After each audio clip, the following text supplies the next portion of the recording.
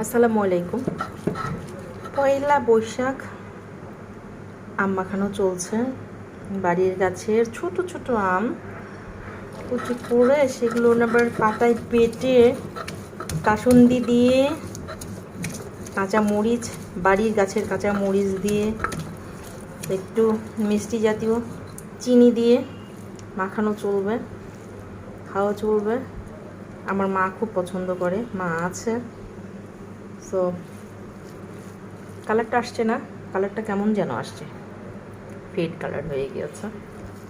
চমৎকার একটা কালার এসছে, তো চলবে। পহেলা বৈশাখ আর আম মাখানো খাওয়া হবে না, তাও যদি আবার বাটায় বাটা হয় তাইলে তো অনেক অনেক জোস হবে। মজাই আলাদা, মজাই আলাদা।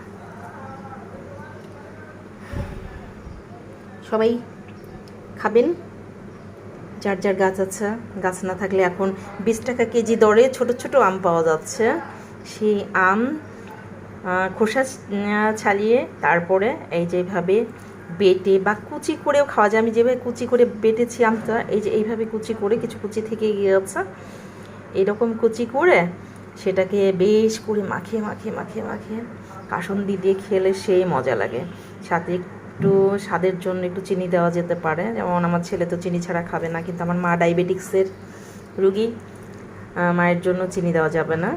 আমিও চিনি ছাড়াই খাবো, মায়ের সাথে খুব মজা করে খাবো।